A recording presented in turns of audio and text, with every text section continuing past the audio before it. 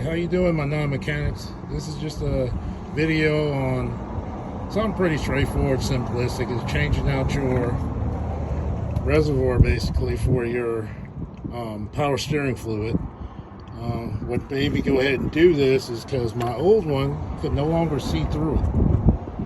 And after touching and messing with it, and I'm finding these plastic parts are finally starting to wear off. I had this truck since December of 2019. I figure, well, let's go ahead and replace it. Plus two, I can't get the cap off. And I was worried trying to take the cap off on the road that I was going to snap this plastic because I could hear it creak when I was trying to take this off. So I just went ahead and bought a new one to replace it. That's what the new one looks like. And this is what the old one looked like. As you can see, you can't see through it no more. It's pretty much done. I found with plastic items, when they start turning yellow, they're getting ready to shatter or break, or they'll crack on you real easy.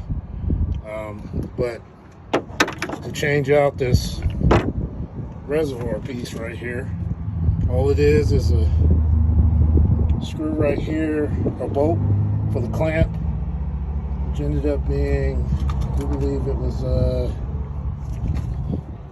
8mm. That's an 8mm clamp. And then on mine, I actually replaced the squeeze clamp that was on there and put this type of clamp on there for the line. But to do this, you'll need something to catch your power steering fluid from when you disconnect this line. So I went and got one of them cheap trays for like, I don't even think it's 10 or 15 bucks from Harbor Freight. Don't have to be big. To catch the fluid as it drains out of the cup, and also it'll start to drain out of your actual gearbox from the pressure. I guess it'll start coming back through the nozzle that this hose connects to. And once you do that, you let it drip until it stops running. Replace the hose, put the clip on, and then make sure when you put the cap on, you'll see how it comes apart. There's a spring that attaches to this cap. Just make sure you take it off the old one that sits on this little thing right here. Just put the spring back on, line it all up, put the filter back in, and zip it back up, and then you get your power steering fluid, which I found that as long as it's an ATF fluid, but Dextron 3, it'll be that type of fluid, which they say you should use in this. I'm not sure how many quarts it's going to take, but I'm figuring at least 1.5 quarts, at least. But I'm not sure, but that's just to give you an idea of how to replace this when you need to replace it. I mean, like I said, I replaced mine.